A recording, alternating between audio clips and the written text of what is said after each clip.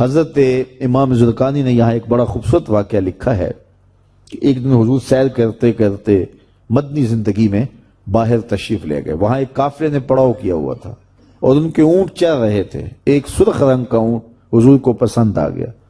قافلے والوں سے پوچھا اس اونٹ کو بیچتے ہو؟ انہوں نے بیچنا تھا یا نہیں بیچنا تھا. حضور نے پوچھا تو کہا ہاں بیچتے ہیں.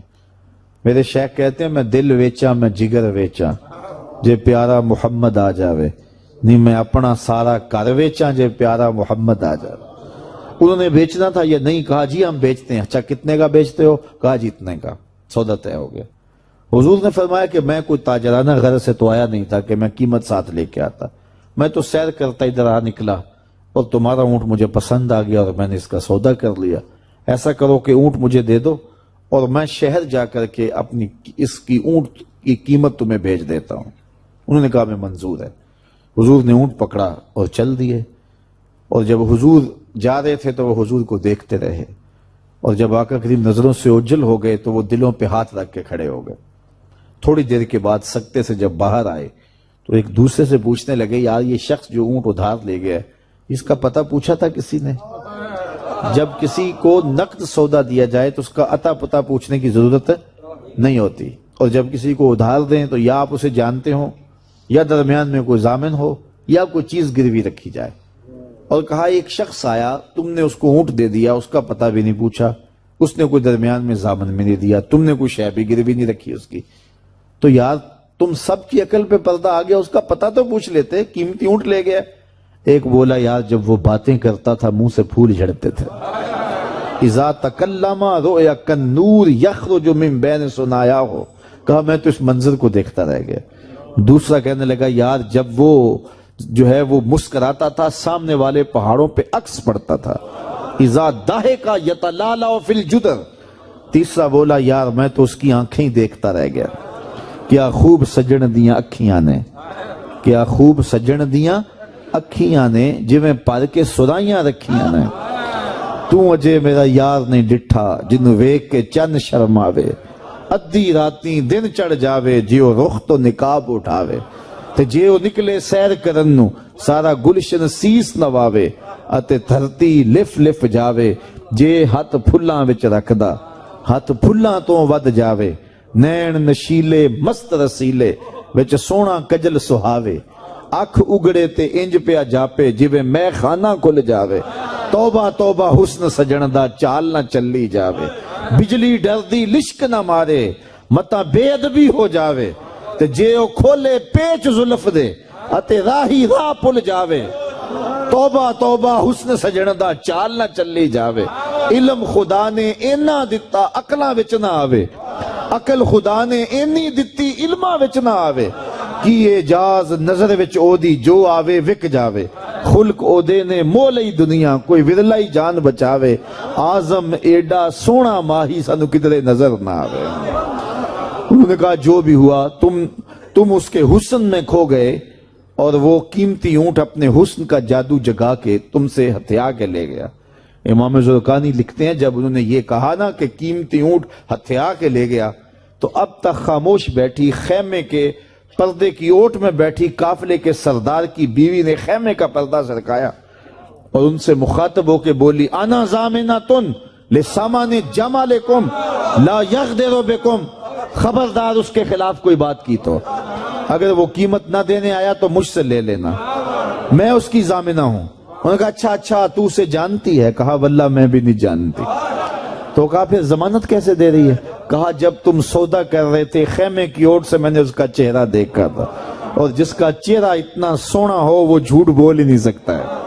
تھوڑی دیر گزری تو حضور کے غلام آ گئے کہ کون ہیں لوگ جن سے ہمارے آقا نے اونٹ خریدا تھا؟ انہوں نے کہا جی ہم لوگ ہیں. کہا یہ حضور نے کھجوریں تمہاری ضیافت کے لیے بھیجی ہیں اور یہ تمہاری قیمت ہے. انہوں نے کہا قیمت بعد میں دینا, ہم تو خود بک گئے ہیں, ہمیں پہلے بتاؤ وہ پیارا رہتا کہاں ہے. تو کہا یہ نخلستان مدینہ جو سامنے دکھائی دیتا یہی ڈیرے ہیں اس محبوب کے. تو امام زرقانی لکھتے ہیں سارا قبیلہ, اس قبیلے کا نام تھا وفد طارق, وہ سارے کا سارا وفد طارق اٹھا اور مدینہ المنورہ پہنچا اور حضور کے قدموں میں جا کے بیٹھ گیا. تیری تک کے ادامہ میں مرید ہو گئے.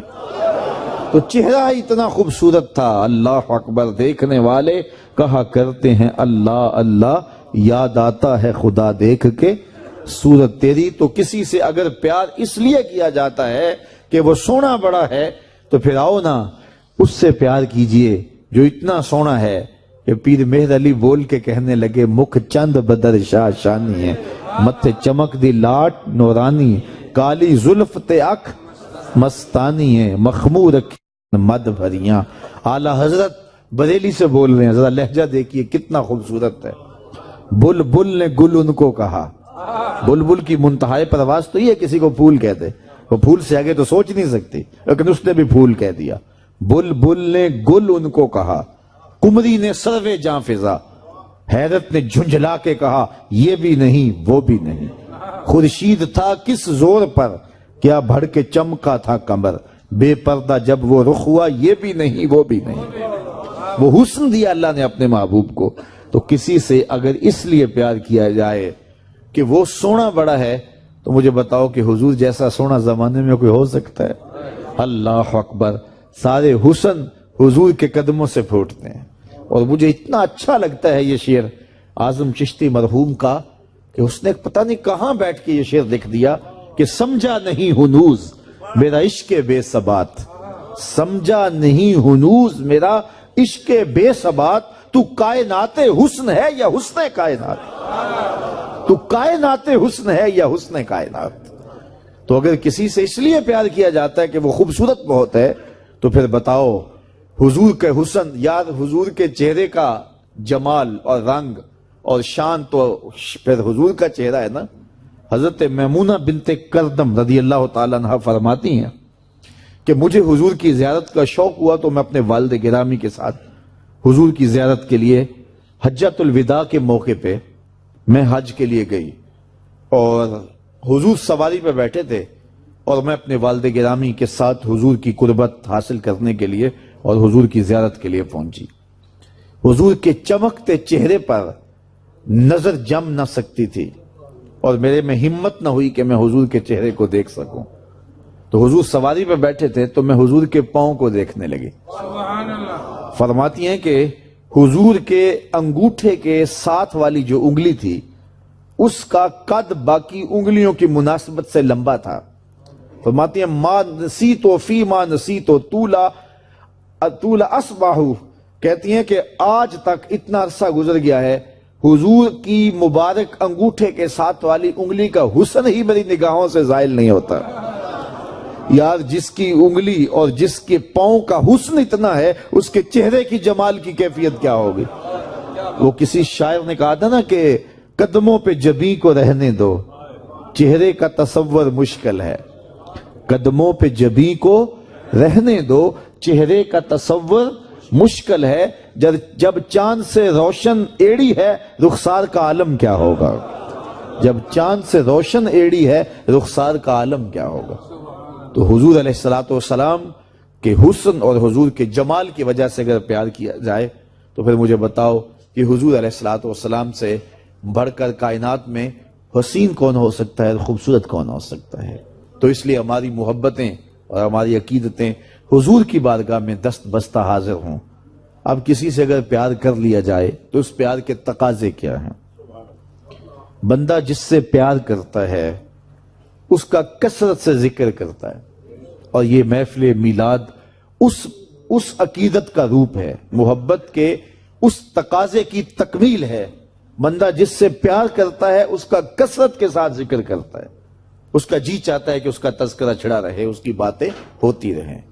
رومی علیہ رحمہ جنہیں اقبال نے اپنا مرشد مانا ہے، ان کا کمال یہ ہے کہ وہ تمثیل سے بات کے سمجھانے کی عادت رکھتے ہیں۔ وہ اس نقطے کو بڑی خوبصورتی سے سمجھاتے ہیں کہ کسی نے مجنو کو دیکھا کہ ریت کے اوپر لیلا لیلا لکھ رہا ہے، تو اس نے رک کے پوچھا یہ کیا کر رہے ہو؟ تو گفت مشق نام لیلا می کنم خاطر خود را تسلی می دہم، اس نے کہا اپنے محبوب کا نام لکھ لکھ کے دکھی دل کو قرار دے رہا ہوں۔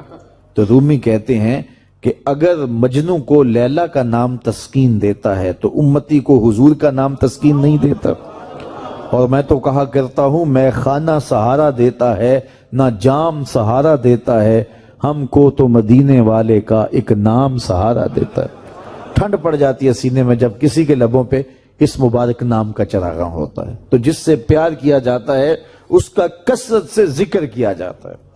میاں صاحب نے بھی اپنے انداز میں کہا ہے نا، جو کسی دا عاشق ہوئے تے گل اسے دی کردا، 100 مکر بہانے کر کے مرنے اس دے مردا۔ جب محبت کسی سے ہو تو پھر اس کا تذکرہ کسی نہ کسی بہانے چھڑا جاتا ہے۔ یہ نہیں ہو سکتا کہ طبیعت اچاٹ ہو جائے کہ یہ بات چھوڑو بھی نا۔ میں مختلف جگہوں پہ جاتا ہوں تو بعض لوگ پرچیاں دیتے ہیں جناب میلاد النبی کے ثبوت کے حوالے سے بھی کوئی بات کیجئے، تو میں کہتا ہوں کہ دلائل کی زبان میں ہمارے علماء بات کرتے ہیں اور کمال کر دیتے ہیں، لیکن میں کہا کرتا ہوں اپنے سادے لہجے میں، کیا حضور کے ذکر کے لیے بھی دلیل